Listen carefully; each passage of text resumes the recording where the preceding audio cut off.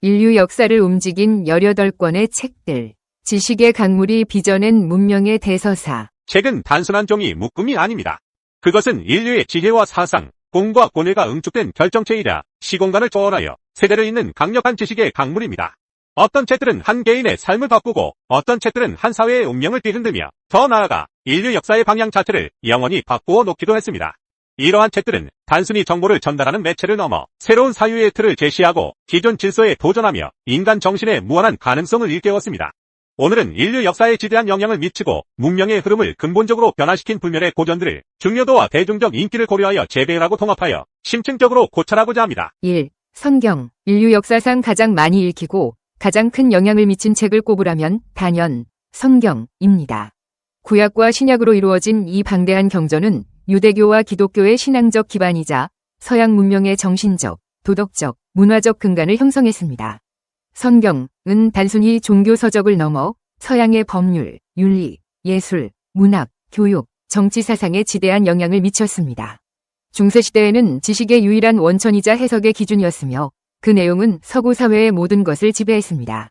르네상스와 종교개혁 이후에도 성경 위 영향력은 여전했고 특히 구텐베르크의 인쇄술 발명은 성경 위 대중화를 이끌어 수많은 사람들에게 직접적인 신앙 체험을 가능하게 했습니다. 이는 개인의 양심과 신앙의 자유를 강조하는 근대적 사상의 발화에 기여했습니다. 성경은 인류의 선악 개념, 구원과 죄의식, 희망과 절망 등 근원적인 질문에 대한 답을 제시하며 서양인의 정신세계에 지울 수 없는 흔적을 남겼습니다. 이 코란은 이슬람교의 경전이자 무슬림 세계의 법률, 윤리, 문화, 예술, 교육, 과학 모든 영역의 근간이 되는 책입니다. 7세기 초 이슬람교의 창시자 무함마드가 알라의 계시를 받아 구슬한 내용을 집대성한 코란은 전 세계 18억 무슬림들의 삶을 지배하는 절대적인 텍스트입니다. 코란은 아랍어를 중심으로 통일된 이슬람 공동체를 형성하는 데 결정적인 역할을 했으며 중세 시대에는 서양의 암흑시대와는 대조적으로 이슬람 문명이 과학과 철학, 의학, 수학 등 다양한 분야에서 찬란한 발전을 이루는 원동력이 되었습니다. 이슬람 법학, 예술, 건축 등 모든 문화적 표현에 영향을 미쳤으며 단순한 신앙의 대상을 넘어 이슬람 문명의 탄생과 확장, 그리고 지속을 가능하게 한 지식과 삶의 방식의 총체였습니다. 3. 길가메시 서사시. 인류 역사상 가장 오래된 서사시로 평가받는 길가메시 서사시는 고대 메소포타미아의 수메르 남부 도시국가 우루크의 전설적인 왕 길가메시의 모험과 고뇌를 노래합니다. 이 서사시는 고대 그리스의 최고 서사시인 호메로스의 작품들보다 무려 1500년가량 앞선 것으로 추정됩니다. 우루크의 지배자 길가메시의 영웅적인 여정은 인간 존재의 유한성과 불멸에 대한 갈망, 그리고 죽음과 고통에 대한 근원적인 질문을 던집니다. 특히 주목할 만한 점은 기원전 650년경의 것으로 확인된 아시리아 점토판의 이 서사시의 일부와 함께 대홍수와 방주의 건조에 관한 내용이 담겨 있다는 사실입니다.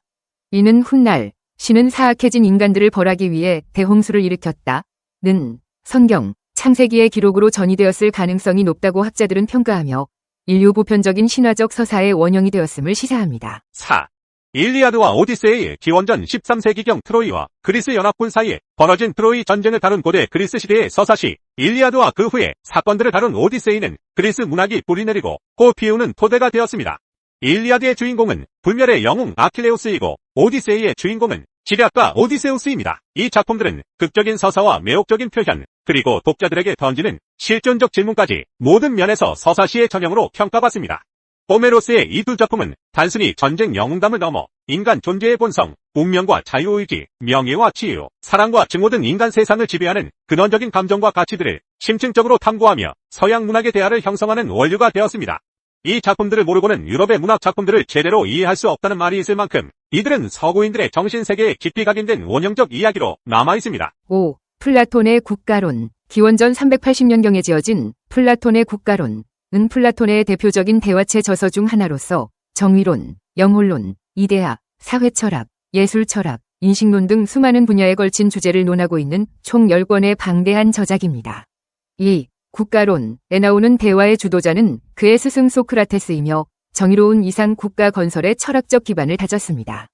플라톤은 인간의 영혼이 이성, 기계, 욕망의 세 부분으로 구성되며 이들이 조화를 이룰 때 비로소 정의로운 개인이 된다고 주장했습니다. 이러한 개인의 정의가 확장되어 사회에 적용될 때 이상적인 국가가 구현될 수 있다고 보았습니다. 유클리드의 원론. 기원전 300년 무렵 그리스의 수학자 유클리드가 수학에 대한 연구 성과를 집대성하여 체계화한 원론은 수학의 고전이자 서양 이성주의의 핵심을 담고 있습니다. 총 13권으로 구성된 이 책은 지난 2000년 동안 서양의 가장 기본적이고 공통적인 수학 교과서였습니다. 이 책은 단순히 수학 공식을 나열한 것이 아니라 공리에서 출발하여 논리적 추론을 통해 모든 명제를 증명하는 연역적 사고방식의 전형을 제시했습니다.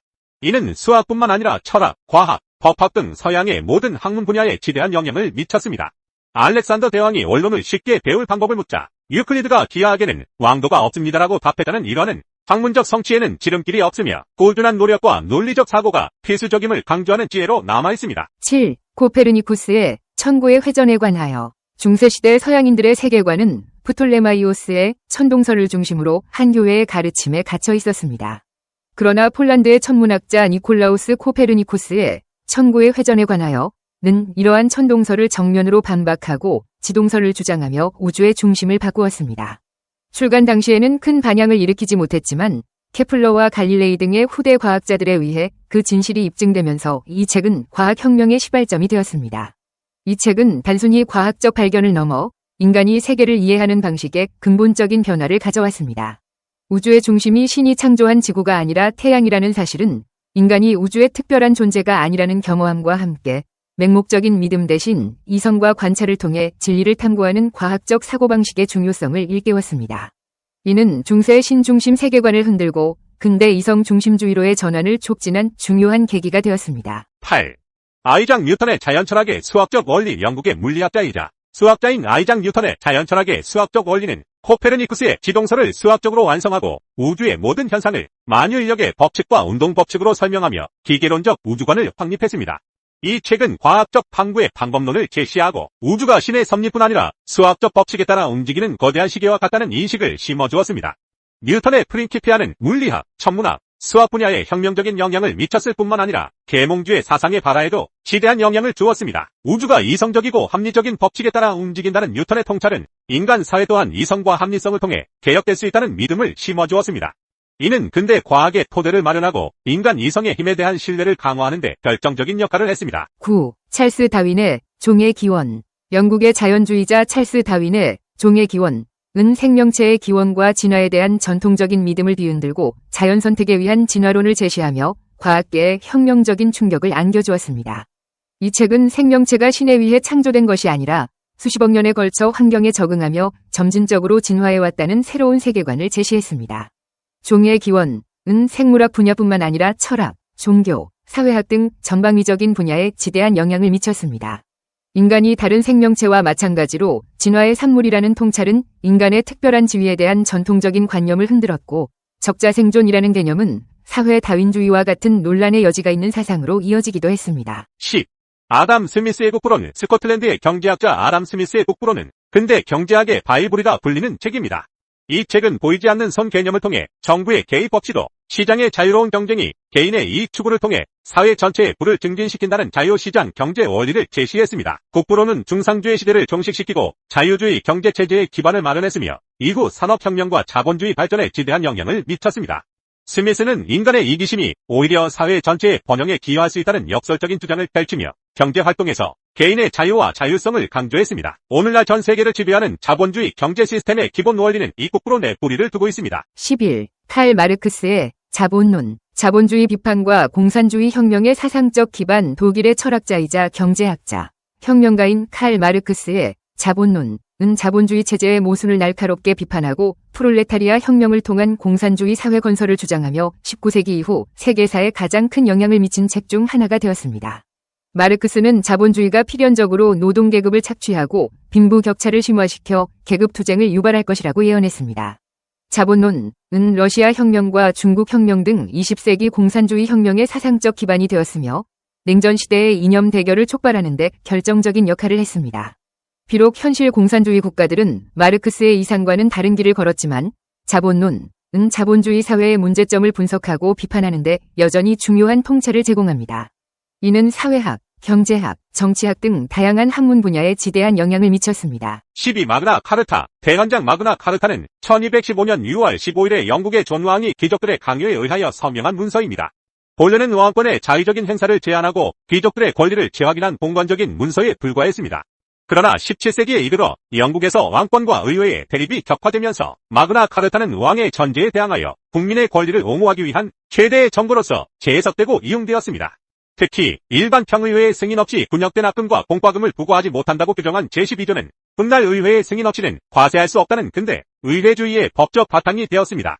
또한 자유인은 같은 신분을 가진 사람에 의한 재판이나 국법에 의하지 않고는 체포하거나 감금할 수 없다고 정한 제39조는 보통법 재판소에서 재판받을 권리, 즉 적법 절차를 규정한 조항으로서 널리 이용되는 금과 옥조가 되었습니다. 13. 프로이트의 꿈의 해석. 오스트리아의 신경학자 지그문트 프로이트의 꿈의 해석은 인간의 마음을 이해하는 방식에 혁명적인 변화를 가져왔습니다.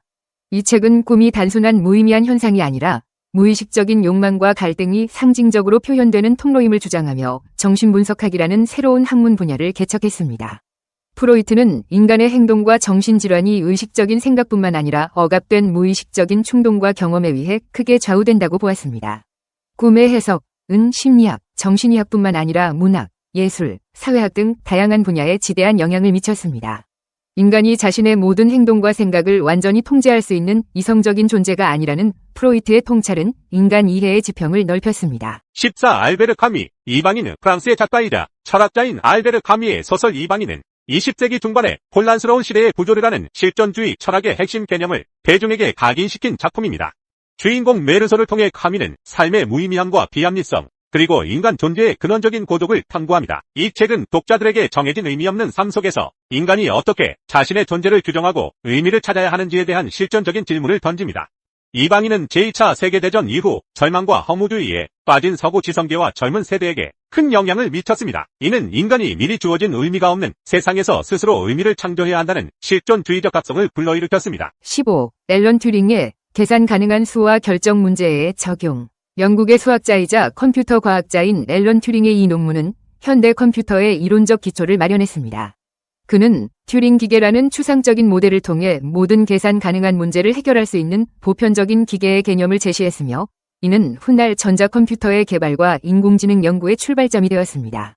튜링의 논문은 정보화 시대의 도래를 예고한 선구적인 작품으로 평가받습니다. 튜링의 사상은 제2차 세계대전 중 독일의 암호 애니그마 해독에 결정적인 기여를 했으며, 이는 전쟁의 판도를 바꾸는 데 중요한 역할을 했습니다. 그의 연구는 현대 사회를 지배하는 디지털 기술과 인공지능의 발전에 가장 근원적인 영향을 미쳤습니다. 16. 레이첼 카슨의 침묵의 봄. 미국의 해양생물학자 레이첼 카슨의 침묵의 봄은 DDT를 비롯한 살충제의 무분별한 사용이 환경과 생태계에 미치는 치명적인 영향을 고발하며 현대 환경운동의 시발점이 된 책입니다. 이 책은 과학적 증거를 바탕으로 인간의 탐욕이 자연에 미치는 파괴적인 영향을 경고했으며 환경보호의 중요성을 대중에게 각인시켰습니다. 카슨의 침묵의 봄은 정부의 환경정책 변화를 이끌어냈고 수많은 사람들에게 환경의식을 일깨워 환경보호운동에 참여하도록 독려했습니다.